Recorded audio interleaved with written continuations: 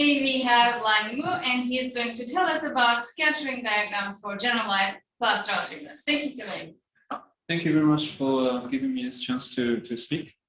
Okay, so I will explain what scattering diagrams for generalized cluster algebras are.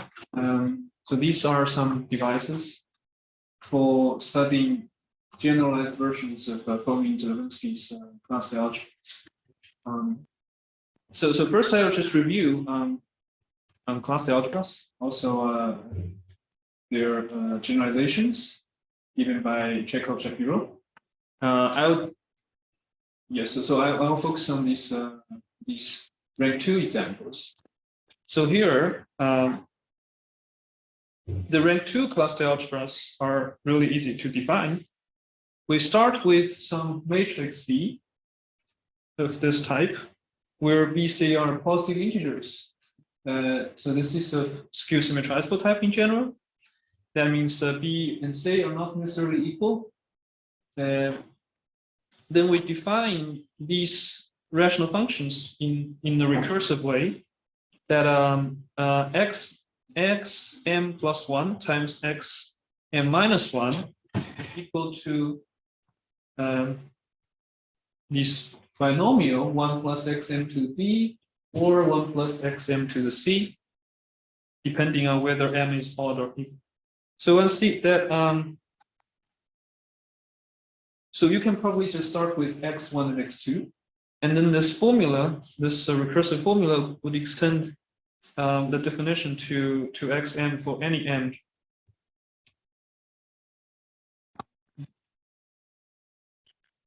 Okay, and we call these xm cluster variables. And you see that these xm are all rational functions in x1 and x2. So we define the algebra, the subalgebra in the rational function field generated by all xm, or the ring generated by xm, and we call that the cluster algebra.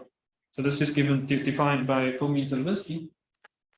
A very direct idea to generalize this is given by Chekhov and Shapiro. The idea is very simple. It's just replacing the two exchange binomials, C1 plus xm to the b, with a more general polynomial with some non-trivial coefficients in the middle. So here we have 1 plus alpha 1 xm plus some middle terms and plus alpha b minus 1 xm to the b minus 1 plus xm. So here we might require that alpha 1 is, so this polynomial is symmetric, it is palindromic. That means alpha I equals alpha b minus I. Well, in some field, some coefficient field, so you can take whatever field you like of carries 0, and we replace the second binomial 1 plus xm to c with in a similar fashion. So these coefficients beta also satisfy this symmetry, and then you can extend the definition of xm to the generalized case, right? So by replacing these two exchange relations with these two, okay, and we call the xm generated by these new exchange relations generalized cluster variables. And correspondingly, the algebra, the subalgebra or subring generated by these xm is called generalized cluster algebra. Okay, and this we denote this by A generalized of B, so it depends on B, but in fact it depends on this choice of coefficients alpha and beta, right? So here I collect several facts about cluster algebras and generalized cluster algebra.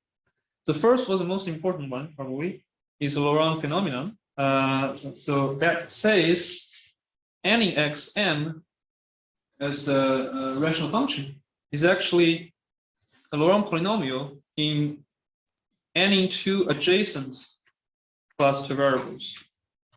So this is due to Fomin's and Levinsky. For ordinary cluster algebras and for generalized cluster algebras, this is proved by Chekhov and Shapiro.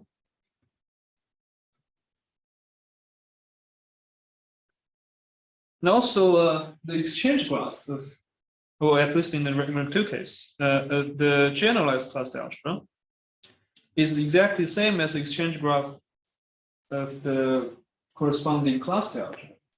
So what is the exchange graph? The exchange graph is, in this case, is just so how to say, at least in the rank 2 case, we call the adjacent pair of xn and xn plus 1 to be a cluster, and we identify the clusters with the same cluster variables.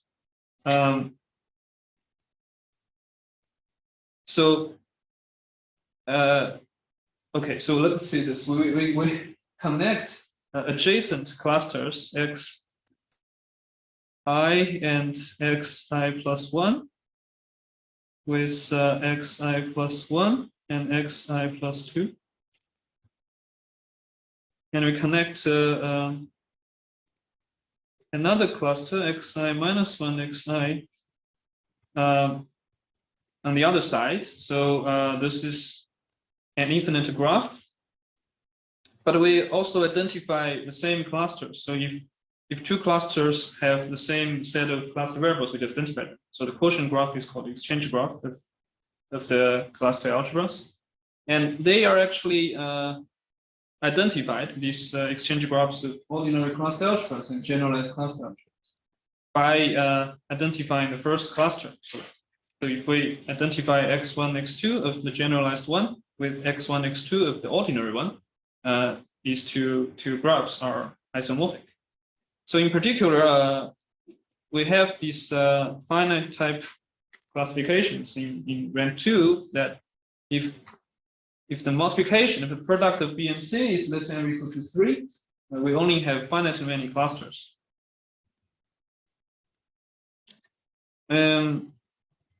Okay, and the third fact I want to emphasize is that there is a notion of principal coefficients. For ordinary cluster algebras, this is defined by Fomin and Levinsky.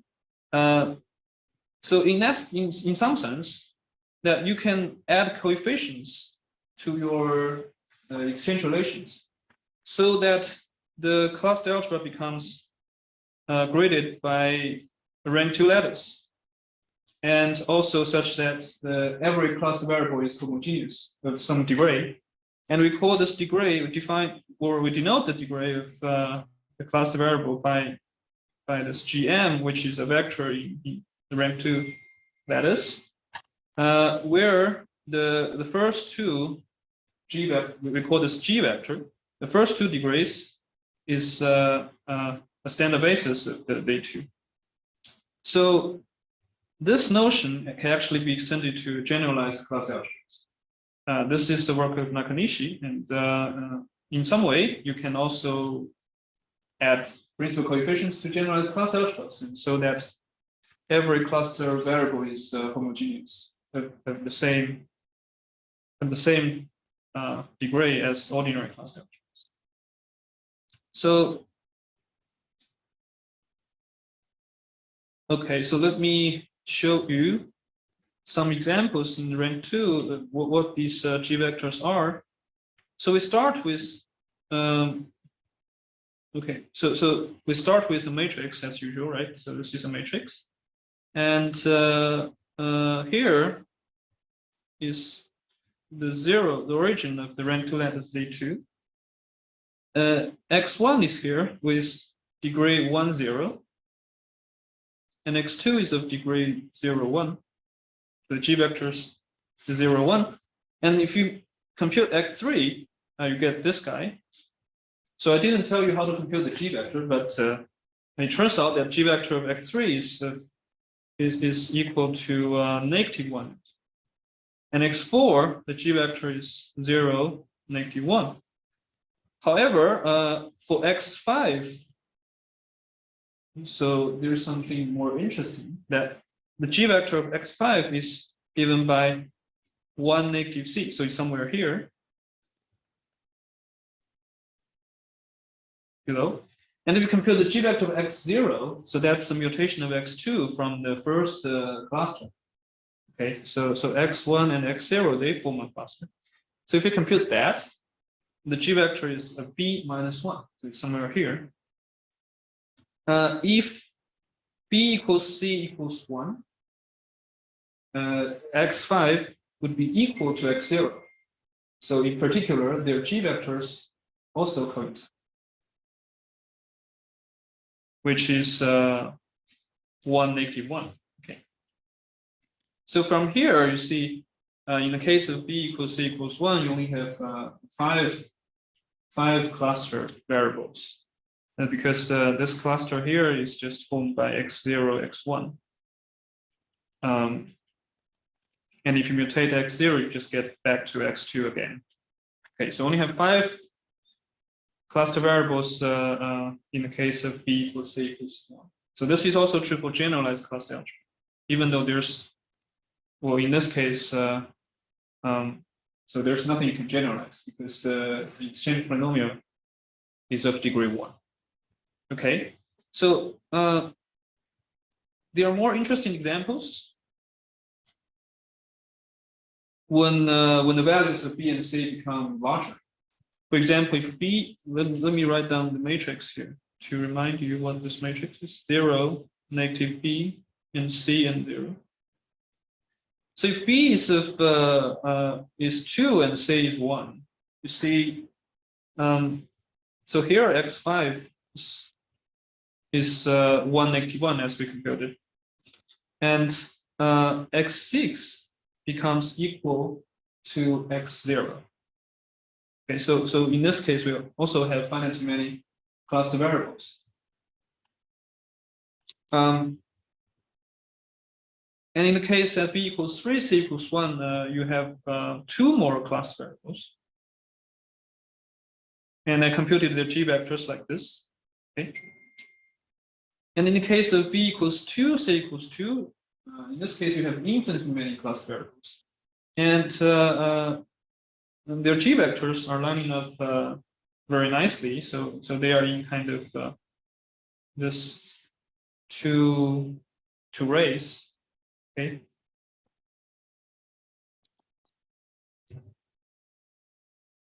So this picture, you see, we tend to think about each cluster, each adjacent pair of cluster variables forming a cone, in the sense that this is cone generated by their G vectors. Okay. For example, if you have the cluster variable x4 and x5, they form a cluster. And this is a cone they generate. So you might extend this. Okay. And it turns out that in all the examples we have seen, let's for example, here, the cone of x5 and x6 would be like this. So in all the examples, and you finally have examples in rank 2, and even for this b equals 2, c equals 2 case, all the cones, they do not overlap. So they intersect at most at one of their faces. So for example, if you consider the cone of x4 and x5, they intersect with the cone of x5 and 6 at the ray generated by the G vector of x5. Okay, so there's this observation that first of all, the map from the set of all cluster variables to the rank 2 lattice Z2 is injective. So whenever the two G vectors are identified or are equal, the cluster variables are exactly equal. So there does not exist two cluster variables which are not equal with the same G vector. And also, for each cluster, the two G vectors, they form the Z basis of the vector lattice. And the third observation is that if you consider all the cones, so the first collection is a collection of two-dimensional cones generated by corresponding to associated to all clusters, and the second collection is arrays generated by cluster variables, and also we include origin. Okay, so it's a collection of cones of various dimensions, and it is actually a fan in R2 in all cases. So people wonder whether this is true. I think a very satisfactory answer is provided by Gross, Chekhov, and Shapiro using the machinery of scattering diagrams, and even for higher dimensions, which is probably much harder to visualize. So I think in representation theory, of course, people developed a lot of tools to understand this kind of questions. So whether these observations are true for higher dimensions and for any cluster algebras, but I think so here, especially for generalized cluster algebras or symmetrizable, skew symmetrizable matrices, the tools developed by Gross, Chekhov, and Shapiro give it is extremely powerful and give a pretty much very different point of view on this question. May I answer the question? Yeah, sure. And what are alpha and beta in this situation? What alpha, beta? Coefficients of the polynomial. Oh, so in this situation that you see the only, yes. So whenever you can, when B or C are greater than 1, you can have these coefficients, right? So it's arbitrary alpha and beta. Yes, arbitrary alpha beta, but so far for convenience we require that these polynomials are palindromic, so they are not symmetric around the middle term. So yes, so they are kind of arbitrary. Yes. And this fan covers almost all of R2, except for a single ray. Sorry, can you say again? So the fan is almost complete. It almost covers the whole of the plane, except there's a single ray starting from 0 between these two diagonals. So you mean this example here? Yeah. Oh yes, exactly. So if you complete this, because I have like limited space here, but you can really compute all the cluster variables. They will just line on these two rays, and so you see that all the cones will fill up the whole space except this ray with the slope 1 negative 1. Yes, that's right. Yes. Thanks. Yes. So another question is, how large is this fan here? This is somehow important question in cluster theory. And how large is the fan formed by clusters? R2 or in higher dimensions? In higher dimensions. Well, in R2, I think it is also true. I mean, what happens beyond this fan? How can we compute?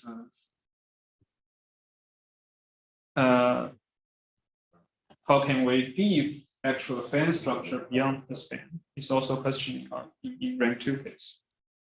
Okay. So here's an example in rank 3 that we start with a matrix like this. This is of type A3. Yeah, if you know how to draw the quiver of this, or the Cartan matrix from this, you see that this is of type A3. And we compute all the G vectors of all cluster variables, and it turns out there are finitely many. So this is in stereographic projection, and the standard basis is here. So this is actually a cone. So in total, there are only finitely many cluster variables, and we compute all the G vectors and also their cones from generated by these. It turns out that this is a nice complete finite cone complex.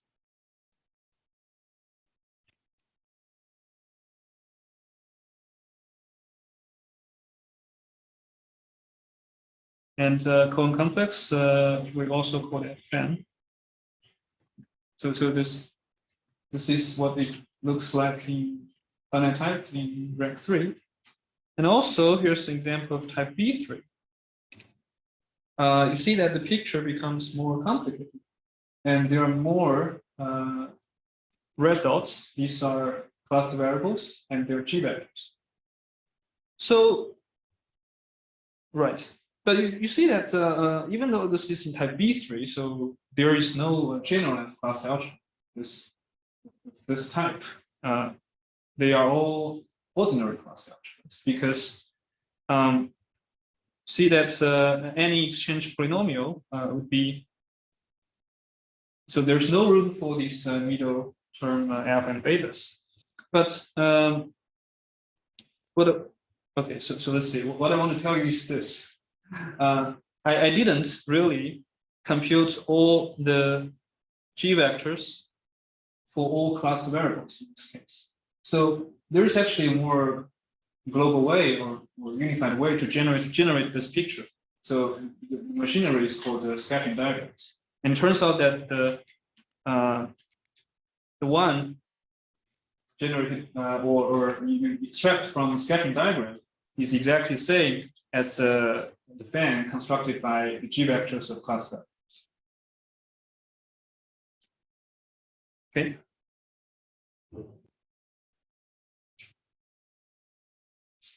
So here comes the second section. It's the scattering diagrams for the algebra, the cluster algebra, and also for the generalized cluster algebra. So the scattering diagrams are developed by Grosek and Kontsevich. So this is purely combinatorial, actually, directly from the matrix B. And there are also geometric constructions due to Gross-Siebert and Qiu. And these are constructed from the dual cluster varieties, and they are actually, in some sense, isomorphic. But today, our work is to generalize Grosek and Kontsevich construction to serve generalized cluster algebras. And in this direction, there are also more general construction by Arbus Gross, but for a totally different purpose and for a different type of initial data. And also here's a remark, is that there's a work by Chen, Kelly, and Musiker with a very similar approach. But the difference is that here in this work, we do not really require the reciprocity on coefficients as Bethany mentioned. You have these coefficients alpha and betas. So it's not necessary to assume that these polynomials are symmetric along Wheeler term. So do not really require this reciprocity.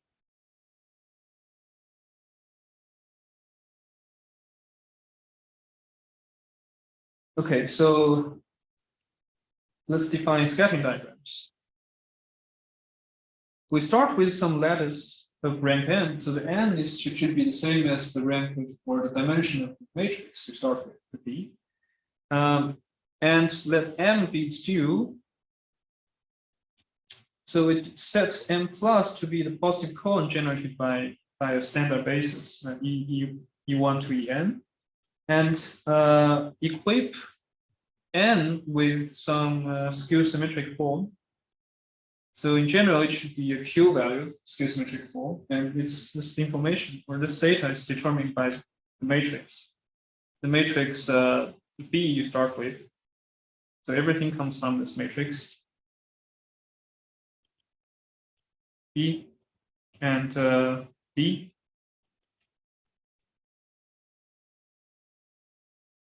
Such that BD transpose plus BD is 0. So this condition means B is skew symmetrized, left is skew symmetrized by the matrix, diagonal matrix. So these CIs are positive integers. Okay. And So scattering diagram lives in the realization of the lattice M. So this is a real vector space of dimension n, and a wall is a pair D and FD, where D is just some codimension 1 rational polyhedral cone contained in some hyperplane, and we denote the monovector of hyperplane by n. Notice that this n must be in this positive column of n. And the second gadget of the wall is a function. And what is a function? Function starts with 1 and should be regarded as a formal series. And the sum over k, and you see that every monomial in this function is so all monomials in this function are in the same direction. So direction is given by this guy. So it's determined by this normal vector, and you plug this into the skew symmetric form, so that becomes some element in M. And for any multiple of this, k multiple of this, you have some coefficient ck. So the ck is in some field. And you also record the sort of the degree of this monomial by these formal parameters t. So this t deals with some convergence issue. And okay, so another remark is that, so here, this element, if you plug in n, you plug n into the skew symmetric form, it's not necessarily in M, because the form is Q value, is rational value. It's not Z value in general. So you have to make sure that this n is chosen wisely, so that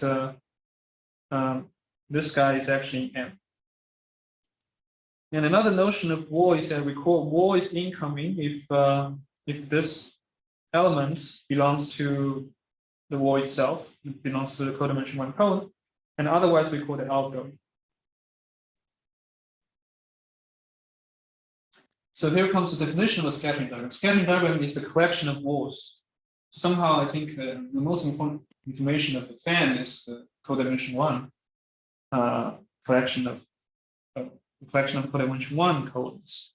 And, so we consider a collection of walls with only finite many non-trivial cross mod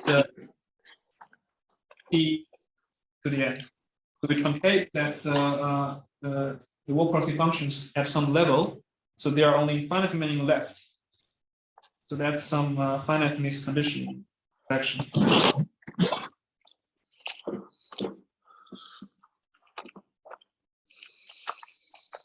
So yes, so any wall crossing, so well, it's a function, right? But you can also associate some action of it on every monomial. So this is a monomial in this Laurent polynomial ring, and the action is given by this. So you might be familiar with this. This is used to describe the cluster exchange relation in some sense. So this is some action. You can regard this as some algebra automorphism, in fact. And this action, you can actually multiply them together because it is regarded as some group, some automorphism, that if you have some path that crosses walls in D, so there's a path gamma, it will cross some walls transversally and record the information of crossing. Okay, so each cross would correspond to one wall crossing function fd, and then you record the automorphisms cfd and multiply them together in the order of crossing. So for example, if you have like only 3 crossings here, and then the path order product is just a multiplication of the 3 in the order that you first do this and then this and this. Okay, so this is called the path order product of the path gamma. Well, in the case that you have infinitely many walls, how do you define the path order product? That you mod out. So you truncate your scattering diagram at level n, and then suddenly it becomes only finite many walls. So for any curve, for any path, you only have finite many crossings, and if you put that, then take a certain projected limit, you get these actions, this path order product in the limit. Okay. So right. So this consistency might be the most important definition of scattering diagrams, and this is key to the construction of the one relevant to class algebras. So we say scattering diagram consistent if the path order product rho gamma, it only depends on two endpoints. So what does it mean? It means that if you draw another path called gamma prime from gamma 0 to gamma 1, so that will cross different set of walls, resulting in different set of wall crossings. And this condition just says that if you compute these two wall crossings, then they must be the same if the scattering diagram is called consistent. Okay. So this consistency puts very strong constraints on what kind of scattering diagrams you can have. And this is demonstrated by the theorem of Konstantin-Silberman and Gross-Seibert. If we have some incoming scattering diagram, what does it mean? It means that it's a collection of walls such that every wall is incoming, in the sense that the spectre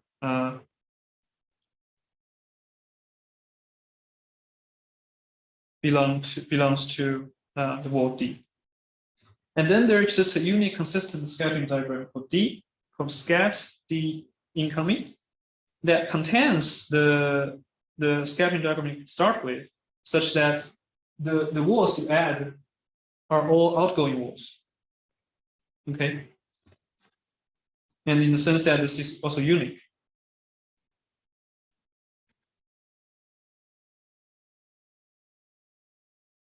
So here comes the construction of Grosek and Kierkegaard. And what is remarkable is that they actually show that this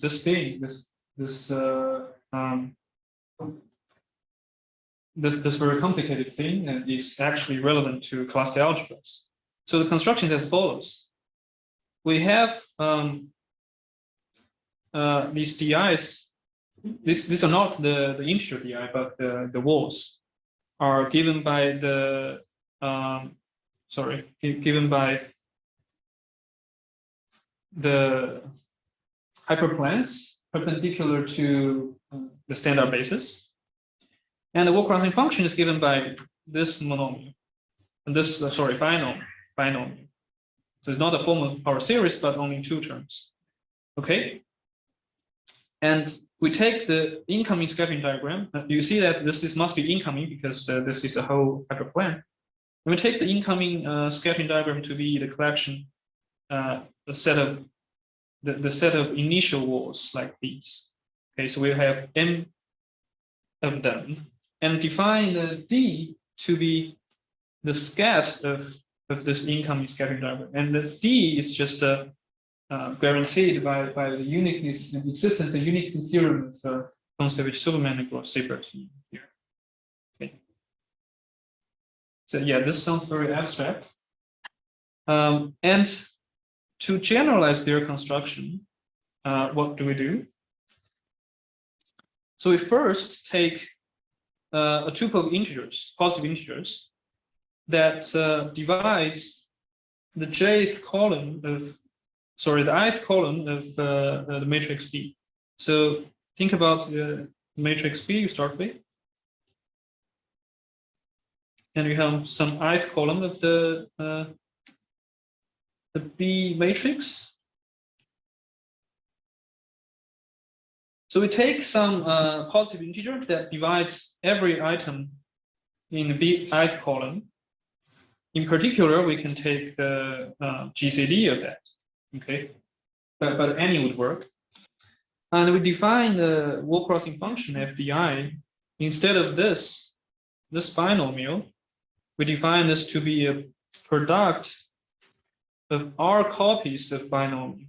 So this corresponds to the generalized exchange relation versus the original binomial exchange relation.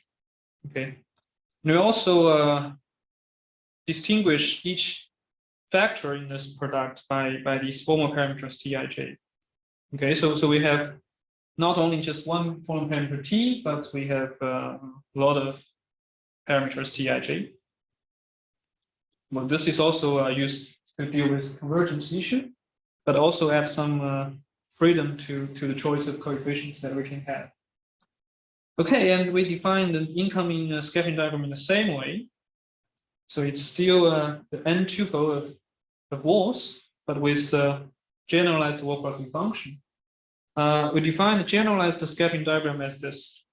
So this is some formal definition that it's not a constructive one, but it's guaranteed by the uniqueness and existence theorem of this constantly Superman and gross theorem.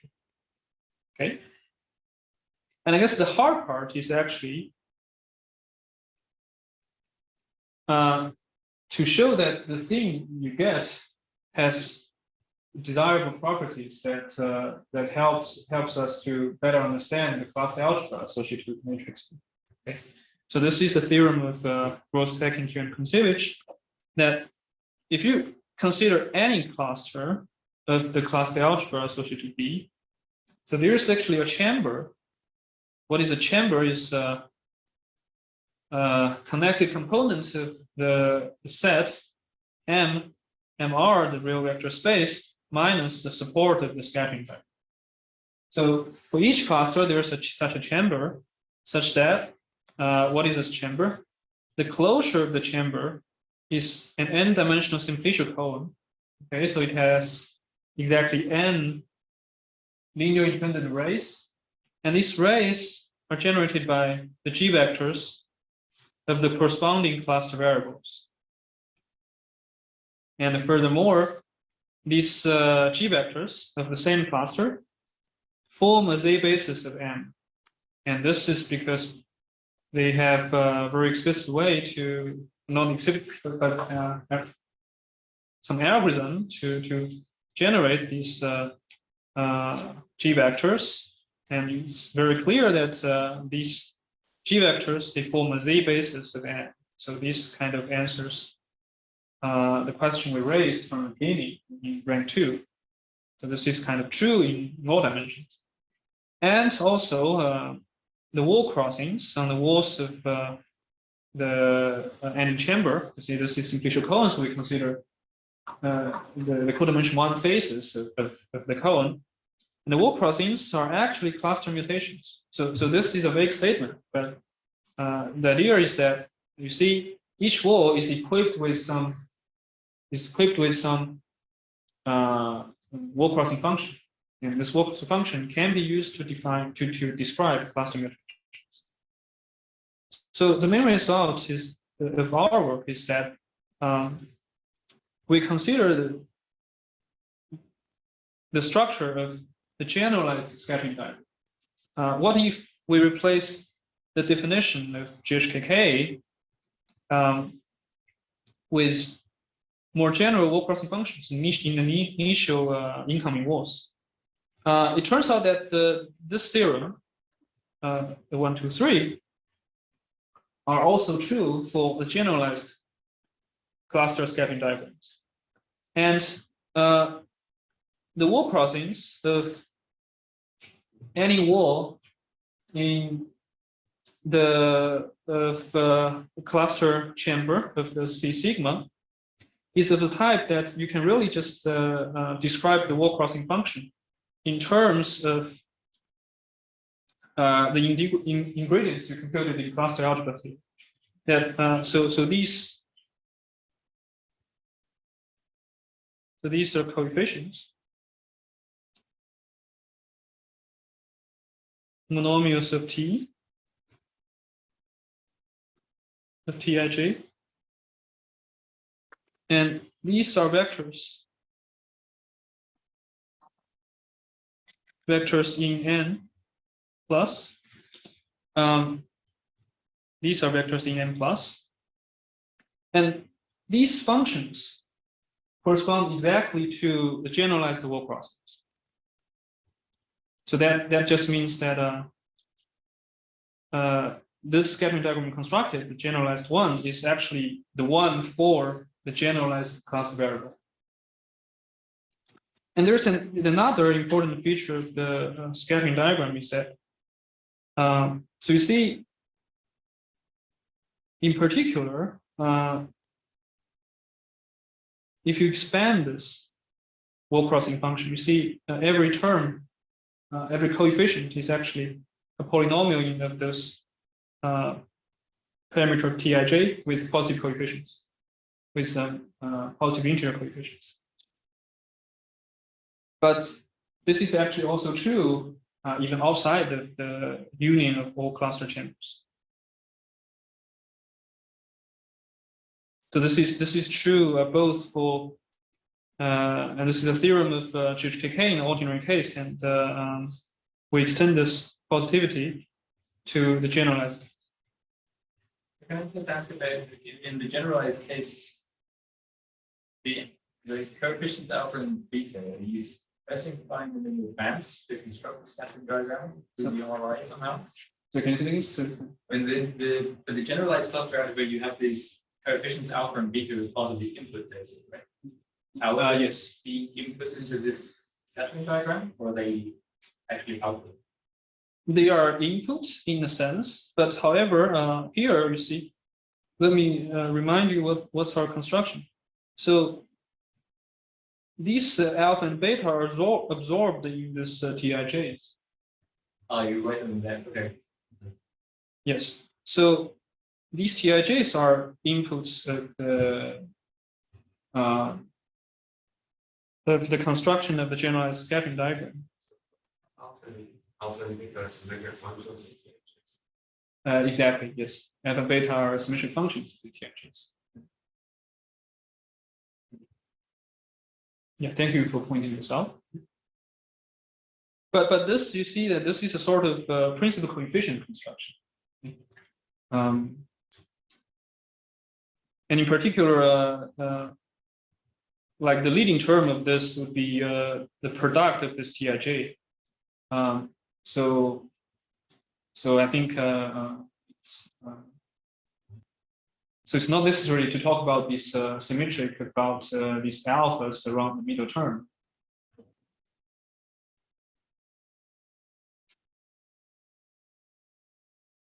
Yes, maybe it's time for examples. Okay, maybe larger.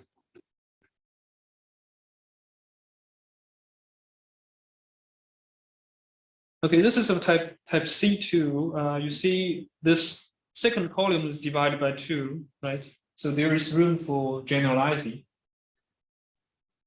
So the wall crossings, the initial ones are these two hyperplanes equipped with the initial wall crossing like this, and also like these. Okay, so if you expand this, what you get is, and the symmetric coefficients are symmetric functions of these Tijs.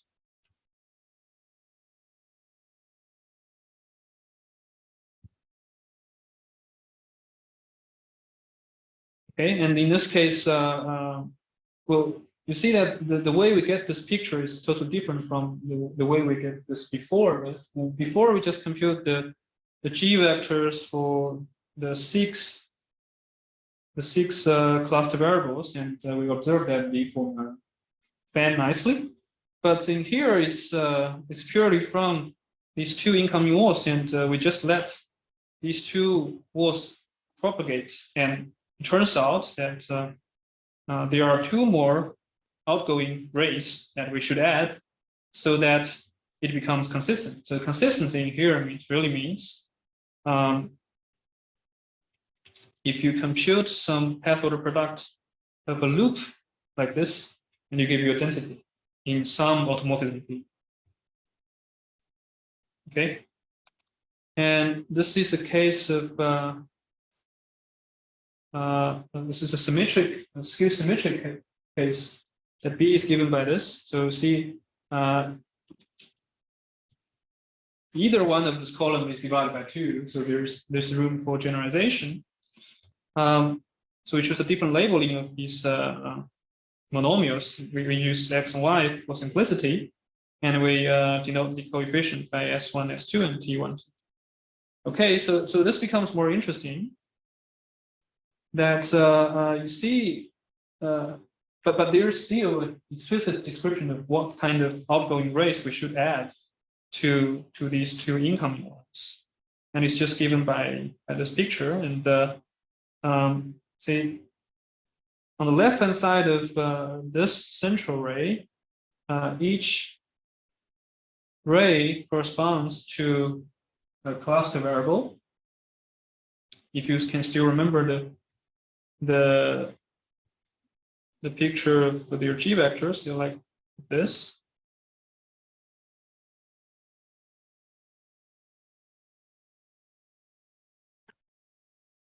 Okay, so they line up in this on two straight lines.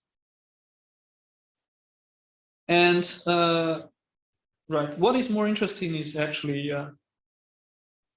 on this central ray. And well, by the theorem of the Kontsevich-Silverman and the Gross-Siebert, there must be some wall crossing function attached to this ray, such that the whole thing is consistent. That means if you go around once, you get some identity. And what is exactly this central ray is actually given by this rational function. But if you expand this, and then you get some formal series, and you see that if you expand this formal series, every term, every coefficient from any monomial would be a positive linear combination of monomials of S and T. Okay. And this explicit form I copied from the work of Reinecke and Weiss using this. So this is actually computed using quiver representations. And what they use is this quiver. This is kind of some folding of some unfolding of this matrix, which corresponds to this quiver. Okay, and okay, let's go back to this example of type C2, that if we let T21 equals T22, okay, here we let T21 equals T22, and what happens is that this becomes a square of some binomial. So you see that we just denote the wall crossing by one of the binomial by x2. So when T21 equals T22, then they just correspond to T2 squared. And if you write down this identity, consistency identity for this path and also for this path, what you get is T2 squared times T1 equals T1. Sorry, maybe this is better. T4 squared times T3 times x2 squared. And this is mentioned by Nakanishi in Bogdana Todorov's talk on picture groups, that people might be curious why there are twos in this identity, not the usual one without the twos. See, the usual one corresponding to C2 cluster algebra is the hexagon identity, like this. But in a sense, you can really just consider generalized cluster algebras and scattering diagrams, and that by this specialization, you get a natural explanation of why the square appears in this identity. So maybe another way to understand this is try to split this incoming wall into two. Right? Okay, you have two copies of this polynomial. So you split this into two. Imagine that they are very close to each other. So when they meet, so now the set of incoming walls becomes this one, and this one. Okay, so let's see how they propagate. So when they meet, they generate one outgoing, which is this one. Okay, and when they meet, they generate this one. So they have this exact same with outgoing wall crossings. Just denote them by x4. And when they meet, they will generate another outgoing ray called x3. Okay, and so far so good. And you check that will this consistency is satisfied. So this gives you a consistent scattering diagram. Okay. Right, I mentioned that so this phenomenon is kind of mentioned by Gordana in her lecture on picture groups, and probably this explains why, in some way, that why these squares appear in identity. So here are some consequences. That the first one is that since the fan structure of the two generalized scattering diagram and the ordinary scattering diagram are exactly the same. So exchange graphs of the generalized cluster algebra is the same as, or isomorphic to exchange graph of the ordinary cluster algebra. And also generalized cluster monomials, and these are just monomials of cluster variables in the same cluster, are so-called theta functions. Yes, so what is a theta function? So this is a particular construction by using the scattering diagram structure using the wall crossing functions. So, well, roughly speaking, this is a formal sum of monomials, but an important feature of this formal sum is that by construction, the coefficient in front of any monomial is positive. And by a very general theorem of Karl, Propeller, Siebert, and you see, and one sees that any generalized cluster monomial is actually a theta function. But the consequence isn't just since that by construction the theta function is sort of have some has some positive property, and any cluster monomial in generalized sense would have just positive property. So here, yes, let me explain what the notation means. That remember that for the initial wall crossing we have these Tij as parameters, right? So this is actually Tij. We regard these as some generalized principal coefficients. So they actually consider as some monomials in some free-abelian group. And they they generate some coefficient ring. And so these Tijs are regarded as variables. And then it turns out that all your generalized cluster variables would have coefficients in polynomials of these Tijs with non-negative integer coefficients. And another consequence of this positivity in the wall crossing, the cluster algebra structure of the scattering diagram is that we also have a strong positivity for these theta m's. So what does this mean? It means if you multiply two theta m together, then it's a linear sum of some theta m's, but with some coefficients. And it turns out that these coefficients belongs to the same coefficient ring. But in general, you do not really know that whether this is a formal sum or just a finite sum. Okay, I think we still have some minutes to talk about a more interesting question raised by Chekhov Shapiro. So there's a notion of stronger positivity. Well, irrelevant to the strong positivity, but the stronger positivity of cluster variables. So what does this mean? It means, okay, so yes, let's denote by theta the exchange polynomial, okay. And they require the polynomial to be palindromic and monic, and also we can assume that they have positive coefficients, say, in a field with notion of positivity. For example, in R or in Q, okay. And they conjecture that any class variable has positive coefficients in its Laurent expansion.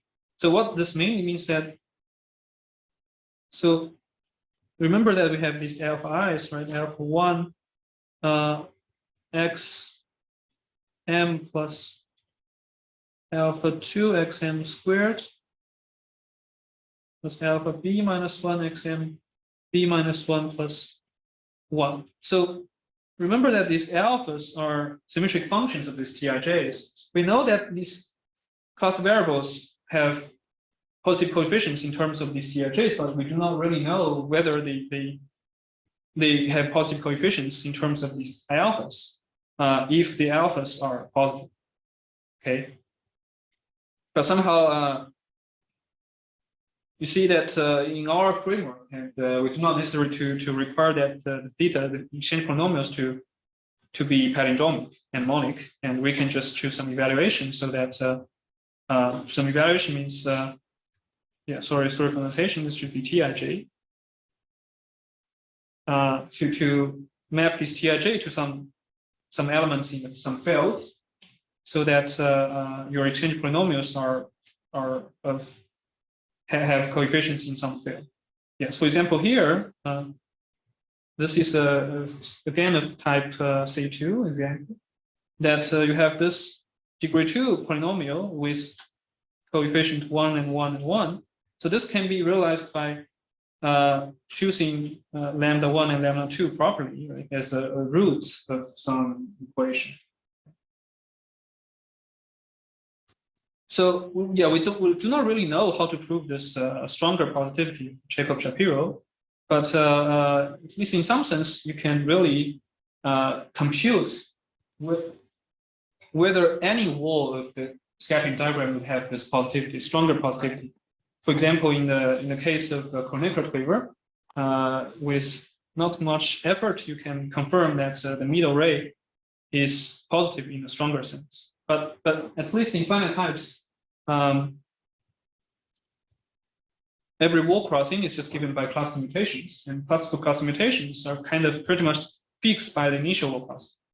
So the positivity would just follow.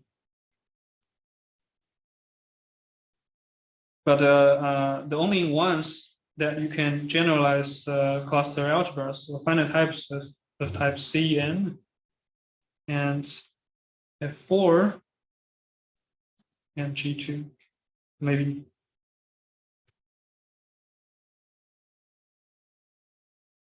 Okay, and right. So I think I have maybe 1 minute. That so there is actually a class of examples from representation theory that you can reconstruct this cluster, generalized cluster scattering diagrams from stability conditions. So this is not very easy to find these class of examples.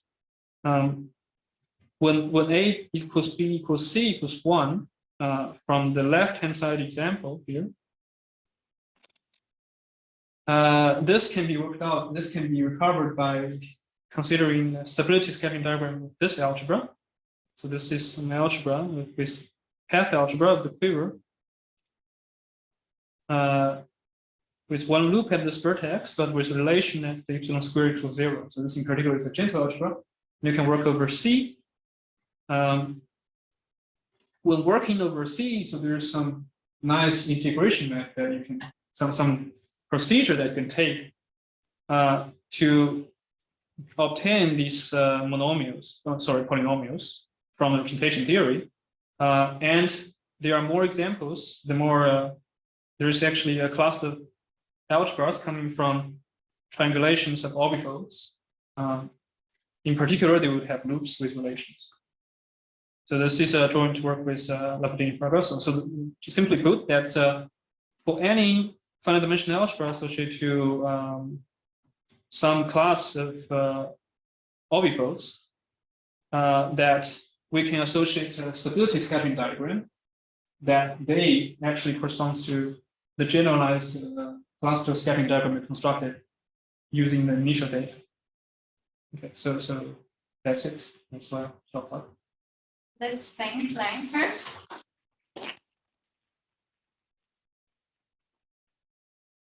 I will first ask people in the room if they have questions.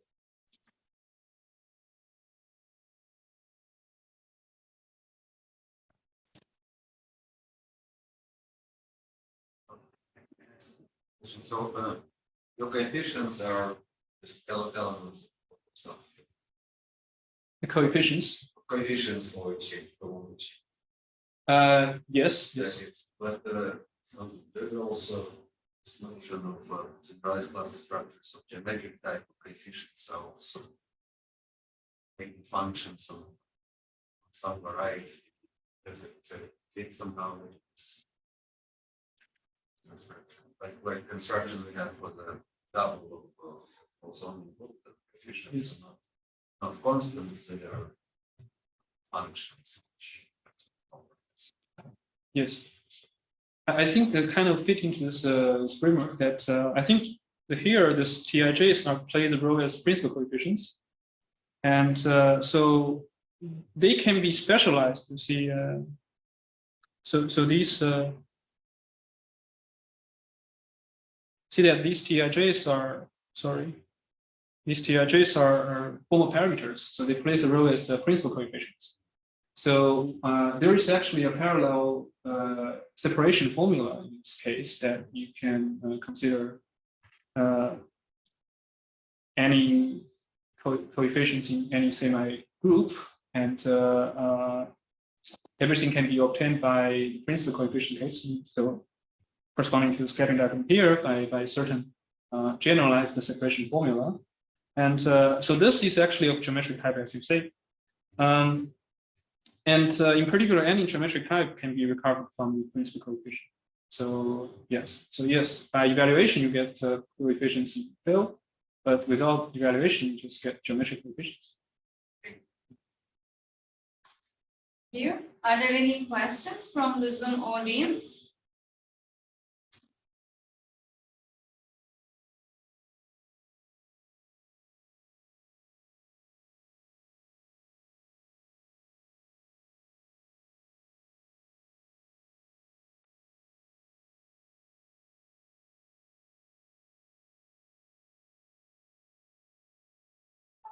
I don't see any more questions, so let's thank Lang again for this.